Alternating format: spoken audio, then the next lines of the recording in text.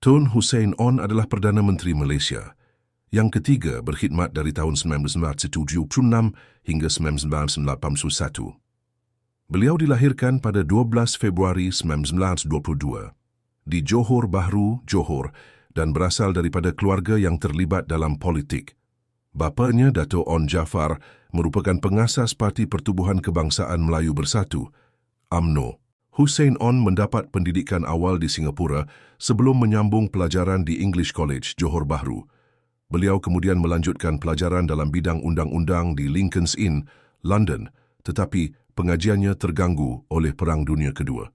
Selepas perang, Hussein Onn berkhidmat sebagai anggota tentera sebelum menceburi bidang politik.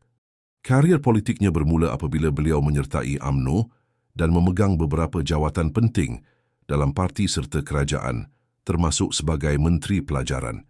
Hussein Onn menjadi timbalan Perdana Menteri dan Menteri Kewangan sebelum menggantikan Tun Abdul Razak sebagai Perdana Menteri selepas kematian beliau pada tahun 1976. Semasa pemerintahannya, Hussein Onn dikenali kerana menekankan perpaduan nasional dan integriti kewangan. Beliau memperkenalkan beberapa dasar ekonomi dan sosial yang bertujuan untuk meningkatkan kesejahteraan rakyat serta memupuk hubungan harmonis di kalangan pelbagai kaum di Malaysia. Hussein Onn bersara dari politik pada tahun 1981 atas sebab-sebab kesihatan dan digantikan oleh Tun Dr. Mahathir Mohamad.